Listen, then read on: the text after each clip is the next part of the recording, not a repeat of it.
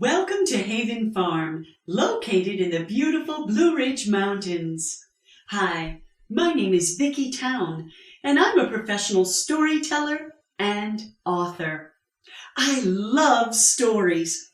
I love to tell them, and I love to write them. In fact, this is my newest book. It's called The Runaway Pumpkin Pie Man, written by Vicki Town. That's me. Illustrated by Roberta Baird and published by Pelican Publishing Company. As you can tell from the title, this is a zany Halloween takeoff of that classic tale, The Runaway Gingerbread Man.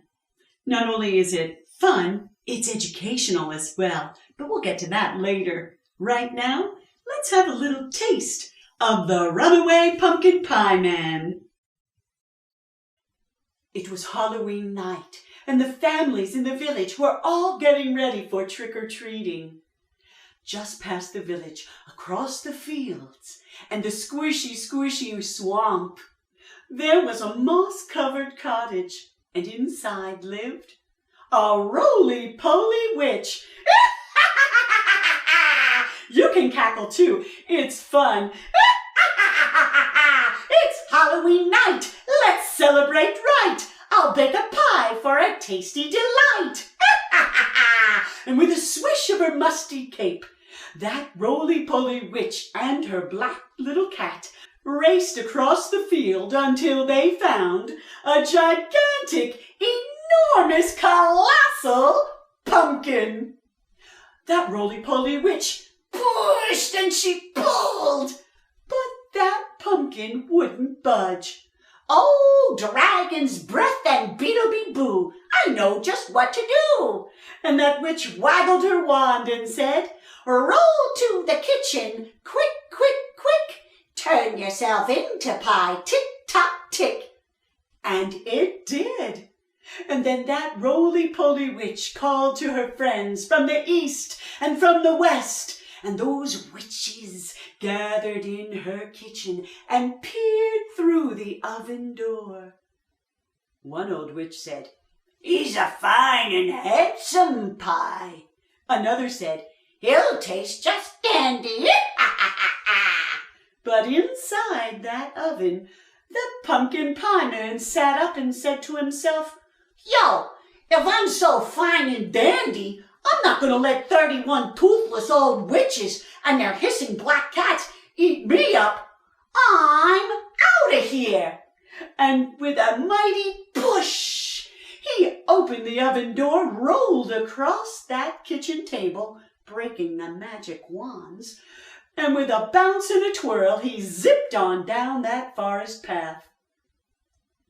Well, the Runaway Pumpkin Pie Man, as you can guess, not only had to outrun the witches and the black cats, but he also had to outrun Count Dracula and a gaggle of ghosts. Ooh! And in the book you can see him outrunning a pack of howling werewolves. Ow, ow, ow! And a herd of skateboarding trick-or-treaters.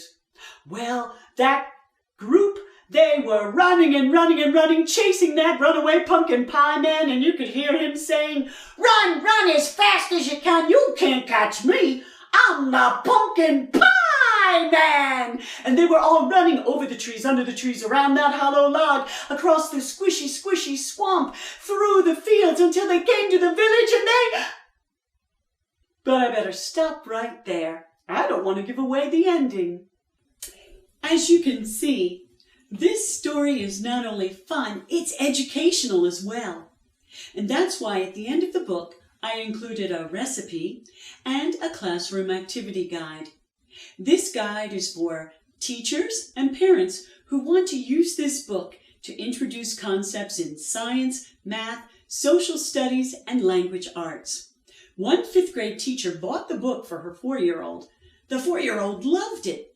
But the teacher saw the potential to use those active, lively verbs, and she brought the story to her class.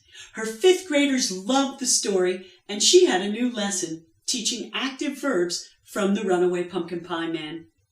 English as a second language teachers have told me the rhyme, rhythm, and repetition has helped give students confidence as they practice their English words. Drama teachers have told me that they've turned this book into a play and performed it for younger students. What a great community service project. As you can see from the following pictures, I used the book with kindergarten, first and second graders when I was working in residency with them. We read the story and we acted it out many, many times. Finally, we made a Venn diagram and we compared and contrasted the Gingerbread Man with the Runaway Pumpkin Pie Man. You can see the fun they had making up their own runaway food stories on their storyboards. We had the runaway taco, the runaway ice cream cone, and we even had the runaway French fry. At one of my Montessori schools, the students loved the story so much, they made their own pumpkin pie. Well, my friends, I hope that you will consider making this an anchor book for your classroom and for your home as well. And I hope you enjoy playing with the story as much as I had fun writing it for you.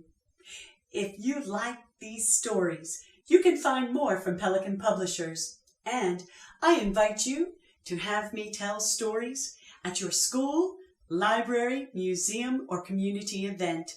I tell folk tales from around the world and personal stories as well. I love to tell stories with young preschoolers all the way up to senior citizens.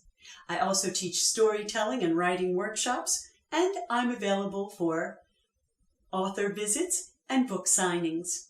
Well, I hope you enjoyed our book, The Runaway Pumpkin Pie Man. Thanks for stopping by at Haven Farm.